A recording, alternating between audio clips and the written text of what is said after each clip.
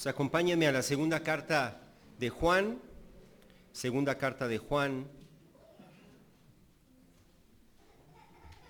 y vamos a comenzar leyendo del versículo 1 al versículo 3.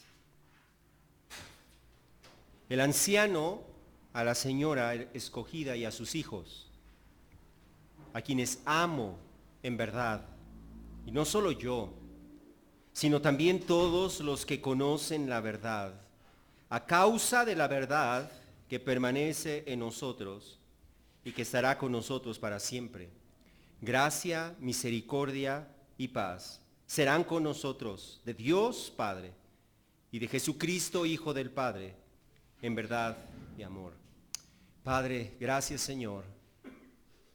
Nada se compara, Señor, con sentarnos a tus pies y escucharte, Señor, a través de tu Espíritu, que ha inspirado cada palabra que nosotros leemos en nuestra Biblia y que por medio de ella nos transforma, nos redarguye, nos instruye, nos capacita, de manera, Señor, que seamos perfeccionados y seamos útiles para toda buena obra. Señor, glorifícate en esta mañana y permítenos, Señor, admirar tu gloria y el privilegio de ser llamados hijos tuyos. Te lo pedimos en el nombre de Jesús. Amén. Amén. Pues después de haber concluido nuestro estudio de la primera carta del apóstol Juan, pues ahora nos vamos a adentrar en el estudio de esta segunda carta, un solo capítulo que tiene una gran profundidad. Como ustedes recordarán, la primera carta del apóstol Juan no fue dirigida a una iglesia en particular, sino que fue dirigida a una serie de iglesias, a un grupo de iglesias que estaban localizadas alrededor de Éfeso. Estas iglesias estaban enfrentando un gran peligro, y el apóstol Juan les escribe a estas iglesias y posteriormente él dirige esta segunda carta a una iglesia entre esas iglesias. Así que a diferencia de la primera carta, que fue escrita como una carta circular, una carta a diferentes iglesias en la región, esta carta Juan la dirige a una de esas iglesias. Y para nosotros poder entender lo que el apóstol Juan trata en esta carta, es importante que nosotros tengamos en mente lo que él enseñó en su primera carta, ya que el problema que estaban enfrentando los cristianos de esta iglesia en particular eran los mismos que el apóstol Juan ya había tratado en su primera carta. Recordemos nosotros que el problema que había surgido era que dentro de las iglesias había surgido maestros, falsos maestros, que se habían desviado de la verdad del evangelio, que se habían desviado de la verdad que nos ha sido enseñada en las Escrituras por aquellos que fueron testigos oculares desde el principio. Y al desviarse estos falsos maestros que afirmaban ser cristianos, personas a quienes los demás cristianos conocían, que quizá ellos habían convivido con ellos de una manera cercana, pero que se habían apartado de las sanas palabras de nuestro Señor Jesucristo y que ahora estaban enseñando error. Ellos afirmaban ser cristianos, afirmaban ser siervos de Dios, siervos de Cristo, y ellos afirmaban tener la unción del Espíritu Santo. Y que por medio de esta unción del Espíritu Santo, ellos recibían la palabra de Dios directamente de Dios, y ellos recibían revelaciones acerca de Cristo, de tal manera que gracias a esta supuesta unción ellos habían llegado a un nivel de espiritualidad mayor que el de los demás. Que gracias a esta unción especial en donde ellos no necesitaban tanto la palabra, sino que ellos podían recibir revelación directamente del Espíritu de Dios, que ellos habían llegado a un grado de iluminación espiritual mucho más elevado y a un conocimiento mucho más profundo de Dios y de Cristo que los demás. Sin embargo, sus enseñanzas contradecían lo que el Espíritu de Dios nos ha revelado en las Santas Escrituras, de tal manera que su mensaje no podía provenir del Espíritu de Dios. Su mensaje era un mensaje corrompido, su mensaje era un mensaje distorsionado, que se escuchaba espiritual, pero que era doctrina de demonios. Esos falsos maestros y sus seguidores negaban no solamente doctrinas secundarias, sino que negaban las doctrinas centrales y fundamentales del Evangelio. Ellos distorsionaban la persona de Cristo y la obra de Cristo. Como ya vimos nosotros en la primera carta, ellos negaban la plena humanidad de Jesús. Ellos decían creer en Cristo, pero ellos negaban la plena humanidad de Cristo. Y no solamente eso, sino que ellos negaban la necesidad absoluta del sacrificio de Cristo en la cruz para lograr el perdón de nuestros pecados, para lograr la salvación para nosotros y para traernos a la comunión íntima y al conocimiento de nuestro Dios y Padre. Sin embargo, por más espirituales que sonaban estas doctrinas, la evidencia de su naturaleza diabólica podía verse en los resultados que producía en la vida de esas personas. Porque tanto esos falsos maestros como aquellos que los estaban siguiendo, ellos estaban viviendo de una manera contraria a lo que Dios nos enseña en su palabra. Esos falsos maestros y sus seguidores negaban que tuvieran pecado. Ellos afirmaban ya haber llegado a un nivel de perfección espiritual, pero la realidad es que vivían en el pecado. Vivían practicando el pecado y se negaban a arrepentirse. Por otro lado, ellos no se apegaban a la doctrina apostólica. Ellos tampoco amaban a sus hermanos en la iglesia, pero sí amaban al mundo y las cosas que están en el mundo. Y vivían conforme a sus propios deleites. Y todo esto demostraba que en realidad ellos no eran de Dios. Y es por eso que el apóstol Juan les había escrito esta primera carta a las iglesias para advertirles acerca del surgimiento de estas falsas doctrinas y recordarles la sana doctrina que es conforme a lo que Cristo mismo enseñó. Sin embargo, después de haber escrito esa primera carta, esos falsos maestros salieron de la iglesia finalmente. El apóstol Juan dice en su primera carta, en el capítulo 5, salieron de nosotros.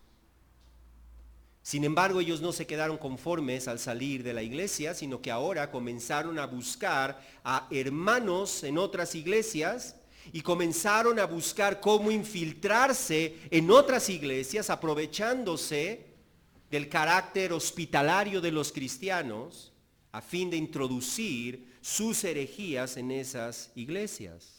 Y es por eso que el apóstol Juan les escribe esta segunda carta desde Éfeso, cerca del año 90 o 95 de nuestra era, a una de esas iglesias locales a las que ya les había escrito, con el propósito de advertirles y enseñarles cómo ellos debían reaccionar ante los falsos hermanos, ante los falsos maestros. Y en el pasaje que hoy vamos a estudiar, que es únicamente la introducción de esta carta, que solamente tiene 13 versículos, pero simplemente en la introducción de esta carta nosotros podemos apreciar una de las doctrinas que tan necesarias son hoy en día de enseñar y de enfatizar en la iglesia, y es precisamente la doctrina de la importancia de la iglesia. La doctrina de la iglesia. Muchas personas que dicen ser cristianas no entienden la importancia que tiene la iglesia para su crecimiento espiritual. Muchas personas que están en las iglesias creen que ser cristiano es algo totalmente personal, privado, individual. Que asistir a la iglesia es algo bueno, pero que no es absolutamente necesario para crecer en Cristo.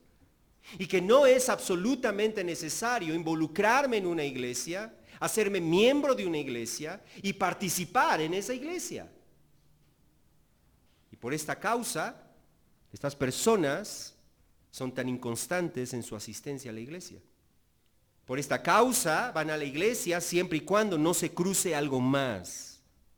Y por esta causa también, algunos van de una iglesia a otra iglesia, una semana en una, otra semana en otra, pero no se comprometen en ninguna iglesia local y piensan que eso no tiene importancia. Y de esa manera de pensar y esa manera de vivir revela una falta de entendimiento de lo que es la iglesia, de la importancia que tiene la iglesia para nuestro crecimiento espiritual. Y al introducir esta carta, el apóstol Juan nos ilustra la relación que los cristianos debemos tener en una iglesia local, el tipo de iglesia que nosotros debemos buscar y en la cual nosotros debemos integrarnos y funcionar. Yo quiero que nosotros veamos y apreciemos en estos 3 versículos, en primer lugar, la ilustración de la iglesia. En segundo lugar, que nosotros veamos el amor a la iglesia local, de tal manera que nosotros podamos apreciar cuál es la bendición y el compromiso que nosotros tenemos con la iglesia local. Veamos nosotros allí en primer lugar la ilustración en la primera parte del versículo 1. Notemos nosotros cómo el apóstol Juan comienza, o el autor de esta carta comienza presentándose a sí mismo como el anciano. El anciano. ¿Quién es este anciano? A lo largo de los siglos ha habido una gran discusión, un gran debate en cuanto a quién es este anciano que escribe esta carta. Por un lado tenemos aquellos que afirman que este anciano es el apóstol Juan. Y por otro lado tenemos a quienes afirman que este anciano es otro Juan que vivía en Éfeso y que era miembro en la iglesia de Éfeso y quizás hasta un líder en la iglesia en Éfeso, pero que no era el apóstol Juan. ¿Quién era este?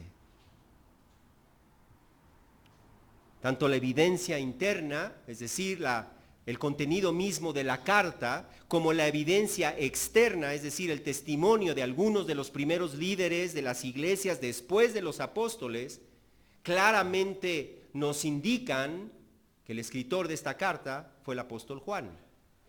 Cuando nosotros comparamos, cuando hablamos acerca de la evidencia interna, estamos hablando del contenido, y cuando nosotros comparamos el contenido de esta carta y el vocabulario de esta carta y los temas de esta carta y las expresiones de esta carta, no podemos negar la gran similitud, la asombrosa similitud que existe con la primera carta que nosotros acabamos de estudiar.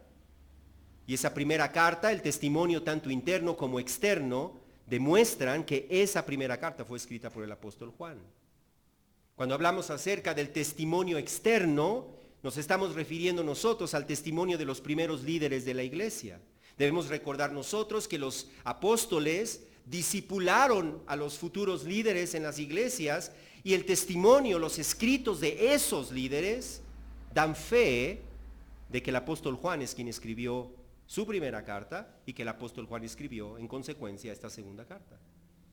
De allí que entonces el apóstol Juan es el escritor, es el anciano que escribe esta carta. Pero ¿por qué se llama a sí mismo el anciano? El anciano, en primer lugar, su edad. Para cuando el apóstol Juan escribe esta carta, él ya era efectivamente un anciano. Pero esta referencia al anciano va más allá que simplemente su edad. Debemos recordar nosotros que tanto en el Antiguo Testamento como en el Nuevo Testamento era común entre los judíos referirse a sus líderes espirituales como ancianos.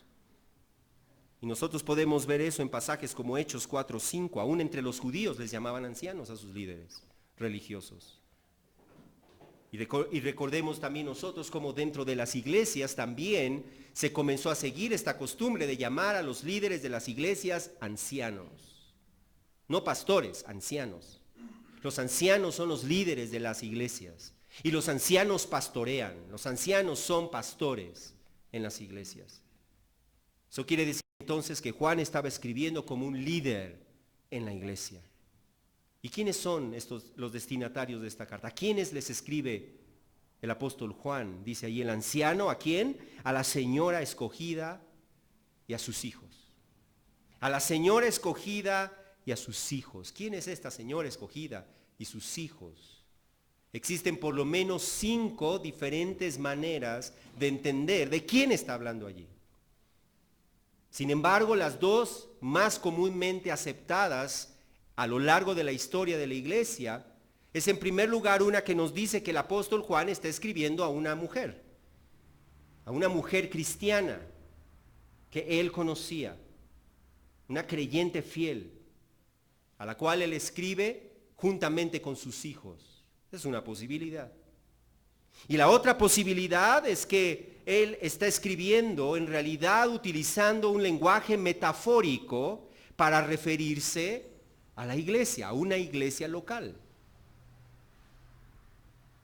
Yo soy de la idea, personalmente, de que está refiriéndose a esta segunda manera de hablar, que el apóstol Juan está usando un lenguaje metafórico para referirse a una iglesia local en particular. ¿Y por qué creo eso? En primer lugar, porque no es extraño el que nosotros veamos desde el Antiguo Testamento cómo Dios se refiere a su pueblo con la figura de una mujer, una esposa. En segundo lugar, yo creo que estos falsos maestros que estaban tratando de infiltrarse en la iglesia no estaban buscando una pequeña familia de una mujer y unos cuantos hijos. Ellos estaban buscando cómo introducir sus herejías en las iglesias. En tercer lugar, yo creo que cuando nosotros leemos el contenido de esta carta podemos apreciar que la intención del apóstol Juan va más allá que simplemente una familia y sus hijos, una señora y sus hijos.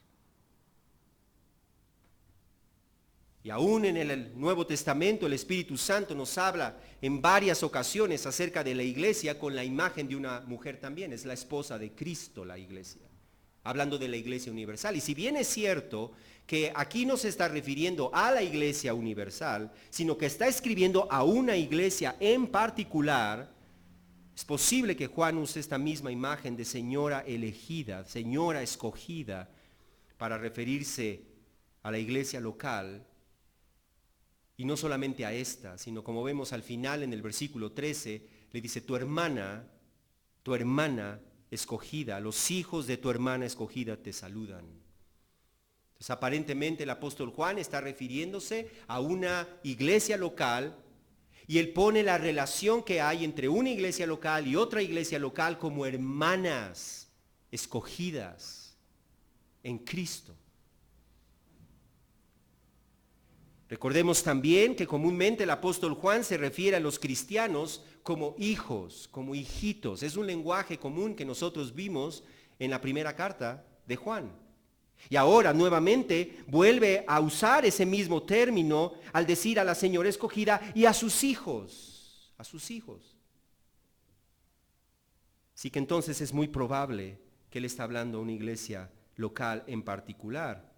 Y el hecho de que se refiera a esta señora como escogida nos trae a memoria a nosotros también cómo el Señor se refiere a su pueblo como sus escogidos, sus elegidos. De ahí que entonces, aunque yo estoy consciente de que estos argumentos no son concluyentes, no son definitivos, a mi parecer al menos sugieren que el apóstol Juan está escribiendo una iglesia local y se refiere a los creyentes en esa iglesia local como sus hijos. Finalmente, aun cuando, en el supuesto de que el apóstol Juan no está escribiendo a una iglesia local, sino que está escribiendo efectivamente a una mujer con sus hijos, al final de la historia, aquellas cosas que él les escribe son aplicables a la iglesia también. Entonces eso significa que al final de la historia no importa tanto si fue a la iglesia local o si fue a una mujer, al final de cuentas Dios nos está hablando a nosotros. ¿Qué nos está diciendo?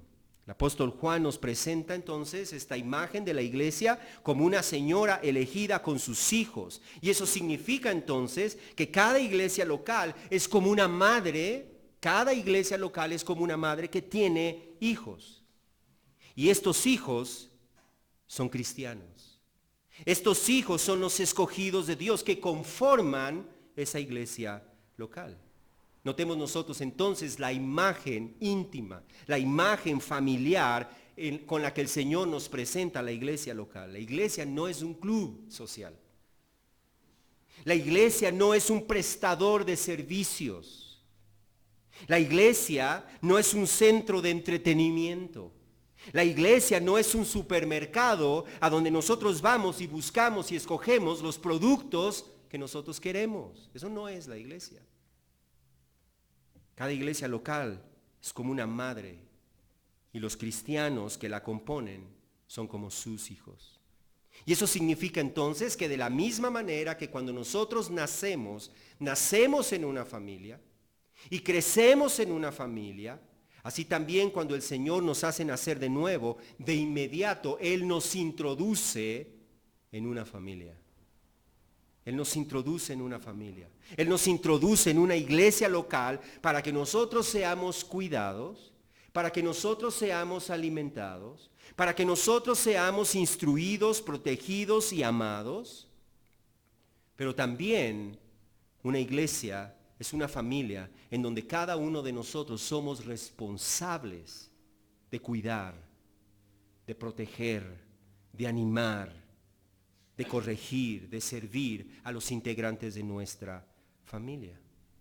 Así que entonces ser miembros de una iglesia local conlleva privilegios, conlleva beneficios, pero también conlleva responsabilidades. Y allí es donde muchos no quieren entrarle, quieren los beneficios, pero no quieren las responsabilidades. Y en una familia hay responsabilidades.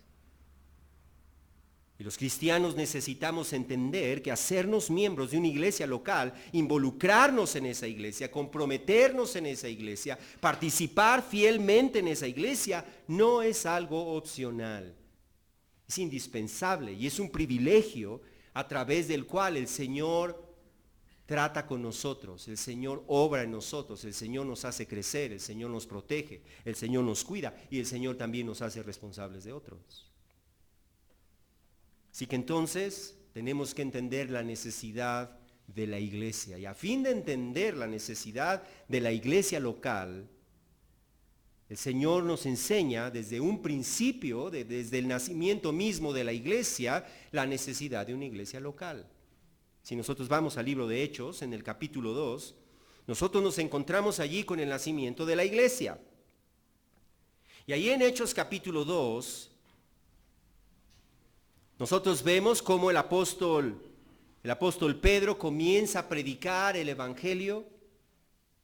Y cuando llegamos al versículo 40, nos dice allí que con muchas otras palabras el apóstol Pedro testificaba solemnemente y les exhortaba diciendo: sean salvos de esta perversa generación. Ese es el mensaje del evangelio.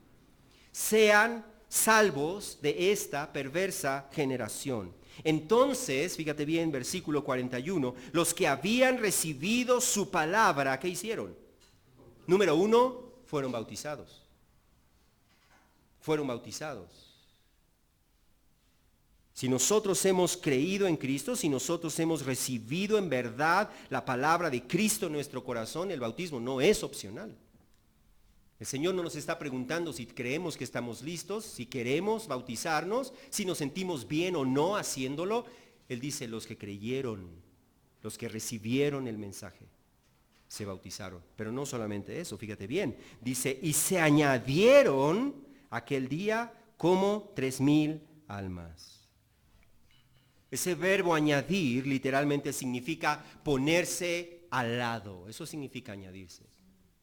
Eso significa entonces que aquellos que creyeron se bautizaron y se pusieron al lado de otros creyentes. Se añadieron, se pusieron al lado para formar una comunidad de creyentes. Y ahí es donde nació la iglesia. Pero fíjate bien, no solamente ellos estaban parados el uno al lado del otro, dice en versículo 42, y estos que se añadieron, ¿qué hacían? Número 1, se dedicaban continuamente. Y luego nos hace una lista de aquellas cosas a las que ellos se dedicaban continuamente. Esa expresión, se dedicaban continuamente, en el texto griego es una sola palabra que literalmente significa ser fuertes hacia algo. Eso significa ser fuertes hacia algo. Y hace referencia a perseverar persiguiendo algo. a tener una actitud hacia algo. Está hablando de constancia, está hablando de compromiso, está hablando de ser constantes en algo. Nos habla de persistir, nos habla de atender con regularidad y compromiso. Así que entonces, los primeros cristianos se dedicaron, eran fieles, eran constantes, comprometidos, regulares, apegados, dedicados de manera fiel a participar en las actividades y en los cultos de la iglesia. Fíjate bien cómo nos dice allí en primer lugar que ellos se dedicaban a las enseñanzas de los apóstoles. La enseñanza de los apóstoles hace referencia a la predicación de la palabra. Debemos recordar nosotros que en el periodo en el que todavía no estaba el Nuevo Testamento, los apóstoles eran el Nuevo Testamento. O sea, ellos, las enseñanzas que ellos recibieron de Jesús es la que ellos transmitían. Ellos comunicaban la palabra de Dios. De tal manera que esos primeros cristianos se dedicaban fielmente. No solamente se dedicaban, pero fielmente comprometidos a escuchar la palabra de Dios predicada en la iglesia. No estaba cada quien por su lado. No faltaban a la iglesia por cualquier motivo, porque escuchar la palabra de Dios en la iglesia era una de sus prioridades más altas. Más altas. En segundo lugar, ellos participaban fiel y continuamente, dice allí, en la comunión. Cuando habla acerca de la comunión, no está hablando de la Santa Cena, no está hablando de la Cena del Señor, está hablando del compañerismo. Está hablando de la relación de amistad, de hermandad que existía entre ellos. Eso quiere decir entonces que estos primeros cristianos se dedicaban, perseguían la relación, hacer relaciones con otros en la iglesia, profundizar esas relaciones de hermandad, de respeto, de edificación, de amor unos con otros. Ellos perseveraban continuamente en la comunión, en el compañerismo, no solamente dentro de la iglesia, sino aún fuera de la iglesia. Es decir, ellos buscaban cómo fomentar esa relación y esa amistad y se invitaban unos a otros en sus casas y participaban de los alimentos con alegría, con sencillez de corazón, nos dice más adelante. En la comunión, para edificarse, para ayudarse, para animarse unos a otros. En tercer lugar, nos dice allí que ellos se dedicaban de manera constante a participar en el partimiento del pan. Eso sí es la Santa Cena. Ellos perseveraban, no era algo que hacían de vez en cuando. Ellos estaban firmes, ellos estaban fieles, ellos participaban porque ellos entendían la importancia que tiene para la vida cristiana el participar de la Santa Cena. Porque la Santa Cena nos recuerda que somos uno en Cristo, somos uno con Cristo y somos uno entre nosotros con Cristo. De tal manera que en medio de este mundo egoísta, en medio de este mundo individualista, en medio de este mundo en que lo único que importa soy yo, mis asuntos, mis compromisos, el participar de la Santa Cena es una manera de recordarnos, no soy yo nada más con el Señor, somos nosotros. Y el Señor me ha puesto al lado de otros. Y esos que están al lado mío son importantes para Él, y puesto que son importantes para Él, son importantes para mí. Ellos participaban del partimiento del pan y finalmente los cristianos participaban continuamente y constantemente en la oración. Ellos estaban dedicados a la oración, ellos estaban a tiempo para la oración. El día de hoy las reuniones de las iglesias son las más vacías de las reuniones de la congregación. Y si son las más vacías, yo siempre he dicho que las reuniones de oración son el termómetro que mide el estado espiritual de esa congregación. De tal manera que cuando nosotros vamos a una iglesia y vemos sus reuniones de oración y vemos la asistencia a las reuniones de oración y la participación y la constancia a ellas, podemos darnos cuenta en general cómo es esa iglesia. Y es por eso que muchas iglesias están en la condición en la que están. No hay constancia. No hemos entendido que todas las cosas que nosotros tenemos, las tenemos por Él. No hemos entendido que la condición de nuestra vida espiritual, al final de cuentas, depende de Él. que nuestra victoria sobre el mundo y sobre los ataques del mundo están de rodillas. ¿No hemos entendido eso? Y damos todas las cosas que tenemos por un hecho. Claro, pues Dios me las da. Pues sí, yo lo reconozco. Pero no vamos y buscamos hasta que algo pasa en nuestras vidas, hasta que una desgracia llega a nuestras vidas, hasta que tenemos alguna necesidad, y entonces sí, corremos y estamos allí y queremos que Dios escuche nuestras peticiones y queremos que Dios responda en nuestro propio tiempo. ¿Qué tanto deseamos? Jesús mismo enseñó a sus discípulos la importancia de la oración perseverante. ¿Recuerdan ustedes esa parábola del juez injusto? Tenemos que aprender nosotros. No es en el momento en que queremos y queremos que en ese momento nos resuelva. Es una oración que busca a Dios. ¿Qué tanto nosotros reconocemos que nuestra vida depende de Dios? Ellos se dedicaban a eso, así que entonces ellos estaban comprometidos, ellos no faltaban a la iglesia por cualquier razón, ellos no dejaban que otras cosas u otros compromisos les robaran de disfrutar de la bendición de estar en la comunión con Dios y en la comunión con sus hermanos en Cristo en su iglesia local, en su familia. Y no solamente eso, sino que allí en versículo 47 el Señor añade al final del versículo que el Señor añadía cada día a la iglesia, al número de ellos, los que iban siendo salvos. Es el Señor quien añade aquellos, fíjate bien, que van siendo salvos. La iglesia es, en primer lugar, para aquellos que han sido salvados. Salvados. Eso no significa que no hacemos evangelismo, eso no significa que no predicamos el evangelio en la iglesia, pero la función principal de la iglesia es alimentar, cuidar a aquellos que han creído en Cristo. De tal manera que nosotros salgamos y prediquemos el evangelio donde nosotros vamos. ¿La iglesia entonces es necesaria? Por supuesto que sí. La iglesia es necesaria. La iglesia es entonces un invernadero en el cual los cristianos crecemos y damos fruto y somos capacitados para dar ese fruto.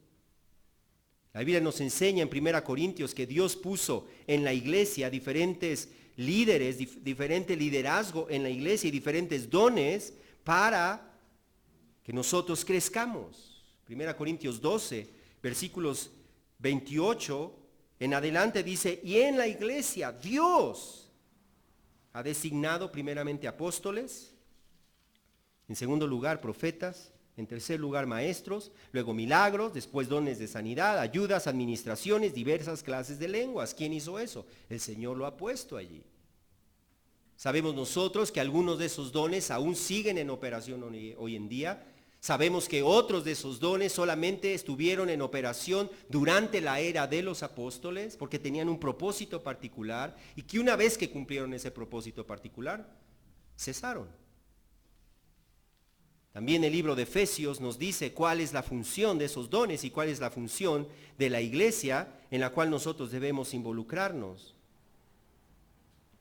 Nos dice allí en capítulo 4 de Efesios, versículo 11 en adelante, dice, y Él, hablando de Dios, dio a algunos el ser apóstoles. Está hablando de los 12 apóstoles, está hablando del apóstol Pablo.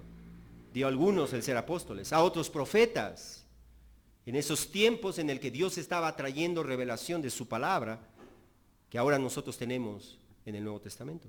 A otros evangelistas, a otros pastores y maestros, fíjate bien, ¿para qué fin? A fin de capacitar a los santos para la obra del ministerio, para la edificación del cuerpo de Cristo, hasta que todos lleguemos a la unidad de la fe y del conocimiento pleno del Hijo de Dios, a la condición de un hombre maduro, a la medida de la estatura de la plenitud de Cristo. ¿Te das cuenta? Dios ha puesto en la iglesia el invernadero en el que nosotros podemos ser capacitados y en el que nosotros somos entrenados para un conocimiento de Cristo, de manera que vayamos creciendo a la estatura del varón perfecto que es Cristo.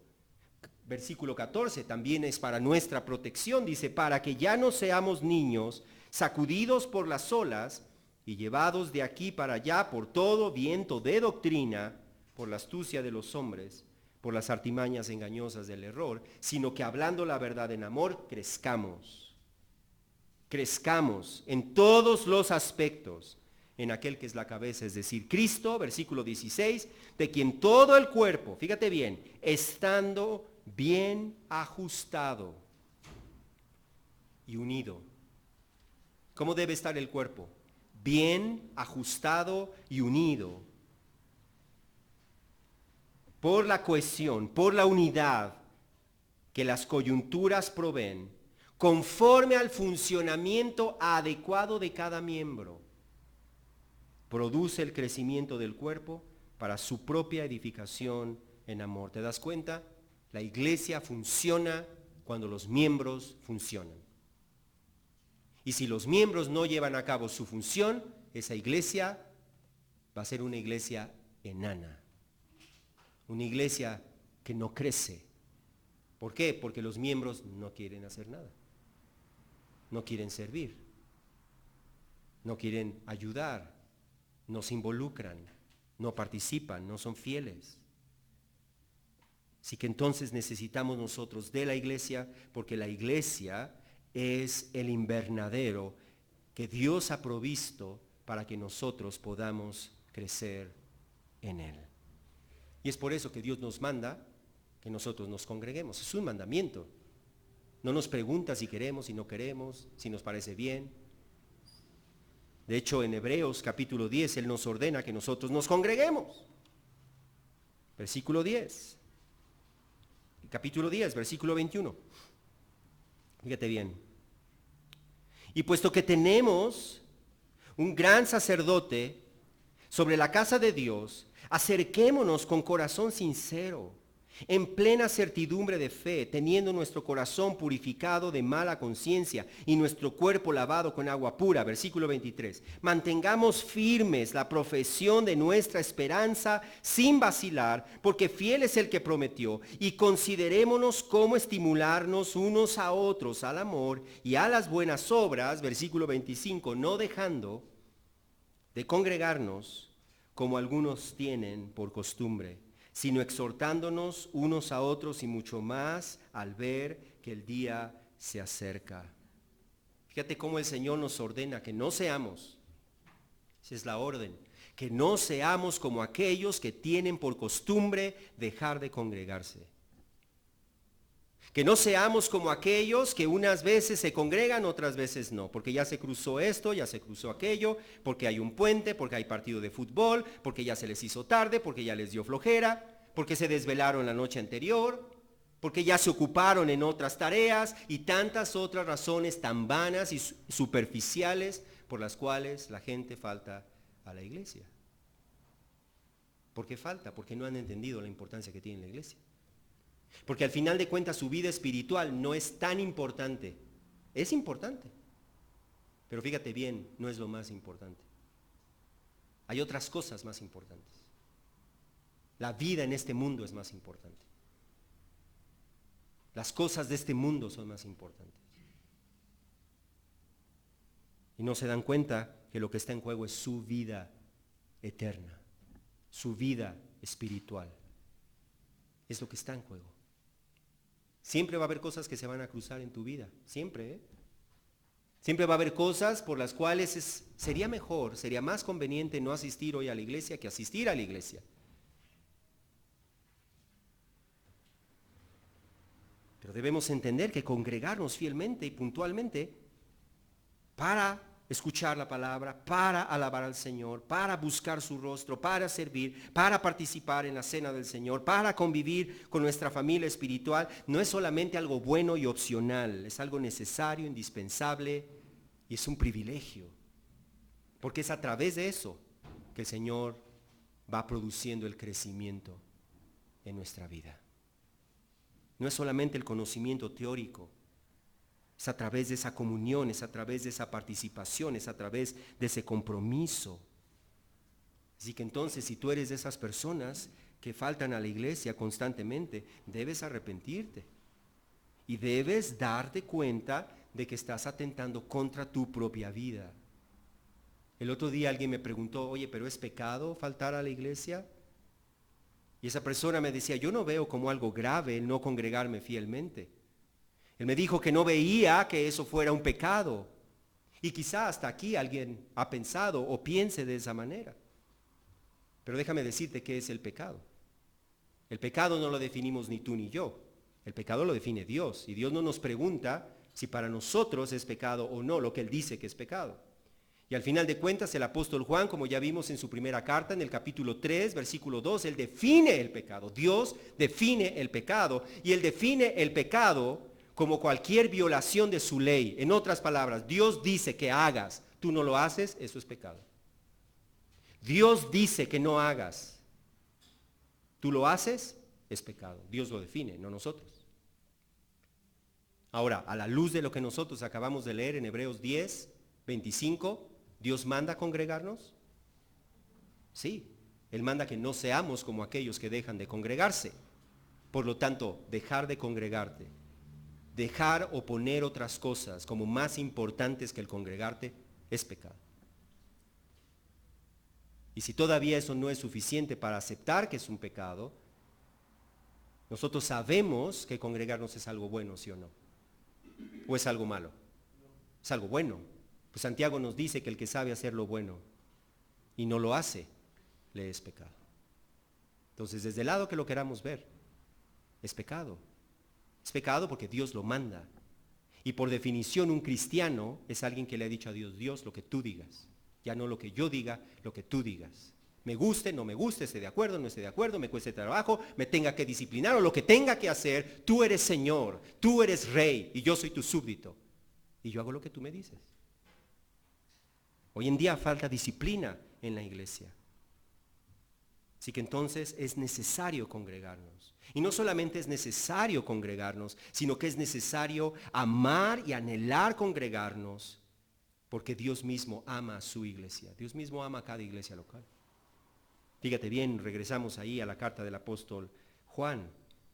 Dice el anciano a la señora escogida y a sus hijos, a quienes amo en la verdad. Juan amaba a la iglesia local. Juan amaba a los cristianos en esa iglesia local. A quienes amo, fíjate bien, en la verdad. Y luego añade, y no solo yo. Es decir, no es una característica de los apóstoles, no es una característica exclusiva de los líderes en la iglesia. Dice allí a quienes amo, no solo yo, sino también todos los que conocen la verdad. Todos los que conocen la verdad aman su iglesia donde Dios los ha puesto. Si tú no amas tu iglesia donde Dios te ha puesto y anhelas estar allí, tú tienes que examinar tu vida para ver si en verdad has creído en Cristo. Porque Él ya nos ha dicho antes en su primera carta, que todo el que es nacido de Dios ama a aquellos que han nacido de Dios. Y si no podemos nosotros amar a aquellos que podemos ver, no es cierto que amamos al Dios que no podemos ver. Es necesario entonces. Es necesario. Y es necesario para nuestro bien. Y Él define allí que aquellos que son de Cristo, aquellos que conocen la verdad, aman a la iglesia local. Y no solamente a su iglesia local, sino que también aman a otras iglesias que son genuinamente cristianas y a los cristianos que están en otras iglesias cristianas. Porque son amadas por Dios. Porque son de Dios. Así que entonces respeta, valora, no menosprecia, no habla mal de otras iglesias que genuinamente son cristianas. Antes bien las ama y las tiene en alto porque entiende que son valiosas para Cristo. Pero el apóstol Juan también entiende, y nosotros debemos entenderlo también, que no todas las iglesias, vamos a decir entre comillas iglesias cristianas, en realidad son iglesias cristianas y no debemos de ser ingenuos pensando que toda grupo, asociación que presume ser una iglesia cristiana lo es, solo porque tiene el título de iglesia cristiana. Eso no significa que lo sea.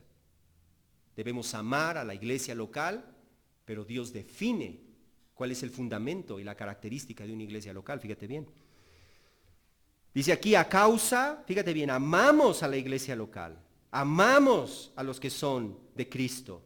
Versículo 2, a causa de la verdad que permanece en nosotros y que estará con nosotros para siempre.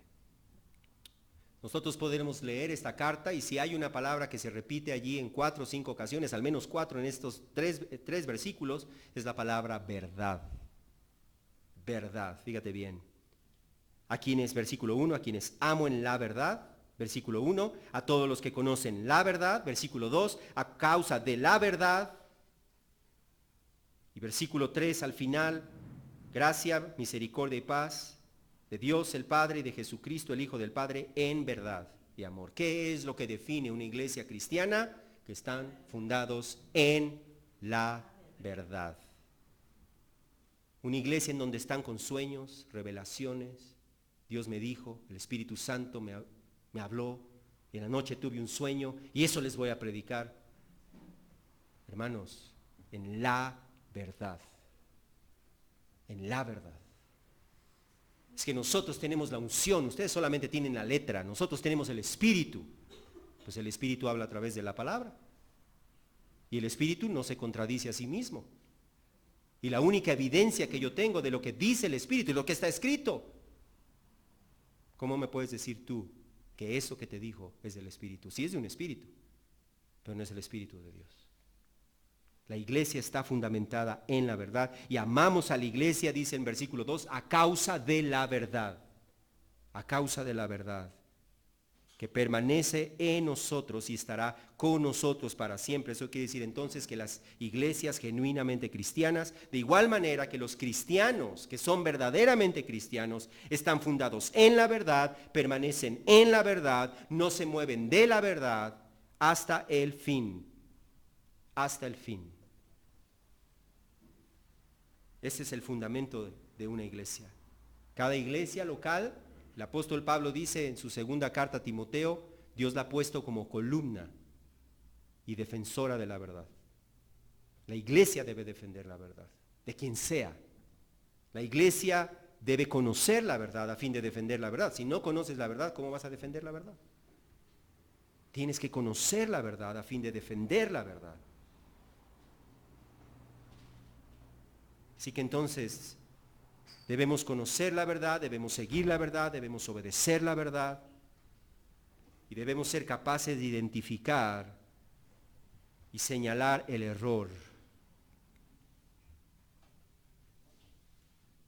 Una iglesia que permanece en la verdad debe ser amada, debe ser valorada, debe ser respetada. Y no solamente eso, sino que puede disfrutar, fíjate bien, disfruta de aquellas cosas que solamente Dios puede dar. Versículo 3. Gracia, misericordia y paz serán con nosotros de Dios Padre y de Jesucristo el Hijo del Padre. ¿Quién da la gracia? Proviene del Padre y de Jesucristo el Hijo del Padre, por medio del Espíritu Santo. ¿De dónde procede la misericordia si no es del Padre? Y de Jesucristo, el Hijo del Padre, a través del Espíritu Santo. ¿De dónde proviene la paz? Y no la paz de hablar de tranquilidad, sino nuestra paz con Dios, si no es del Padre. Y de Jesucristo, el Hijo del Padre, a través del Espíritu Santo, que aplica la obra que Cristo hizo en nuestra vida. ¿Quiénes pueden disfrutar de eso? Solamente los cristianos, solamente, como concluye allí, aquellos que están en verdad y que están en amor. En verdad y en amor. Es importante, hermanos, la iglesia local. Y Dios nos trae a formar parte de una iglesia local. Nosotros traemos la costumbre de antaño, donde primero me llegue la iglesia, ¿sí o no? ¿En cuál está el mensaje más corto? ¿En cuál está más cerca? Hoy ando por aquí, hoy ando por acá, y voy aquí, voy acá, pero nunca me comprometo en ninguna iglesia local, nunca sirvo en ninguna iglesia local. Esa no es la voluntad de Dios para ti, no crecemos así. Tienes que integrarte, tienes que ser miembro de una iglesia local, ¿sí? Tienes que involucrarte, tienes que ser fiel, tienes que comprometerte, tienes que participar. De otra manera, no eres miembro de una iglesia. Y hay personas que asisten a una iglesia local, y hay personas que asisten a esta iglesia que son solamente visitantes, y yo entiendo bien eso, porque mientras no te comprometas, mientras no seas fiel, mientras no sirvas en la iglesia, Para mí eres un visitante y te amo. Pero mi responsabilidad como pastor no es para contigo. Y déjame decirte, si esa es tu condición, ni tienes una iglesia, ni tienes un pastor. Y no porque yo no quiera, sino porque tú no quieres. Ser miembros de una iglesia local lleva consigo el cuidado, la protección, la disciplina, la ayuda, compañerismo. ¿Sí? Y tú puedes venir aquí por los años que tú quieras como visita, pero mientras no te involucres, eres solamente visita. Y mi responsabilidad de orar no es por ti.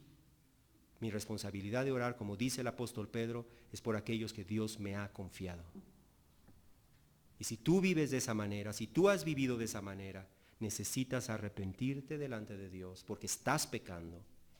Necesitas comprometerte con Cristo en primer lugar, porque nadie puede ser miembro de una iglesia si no se ha rendido a Cristo.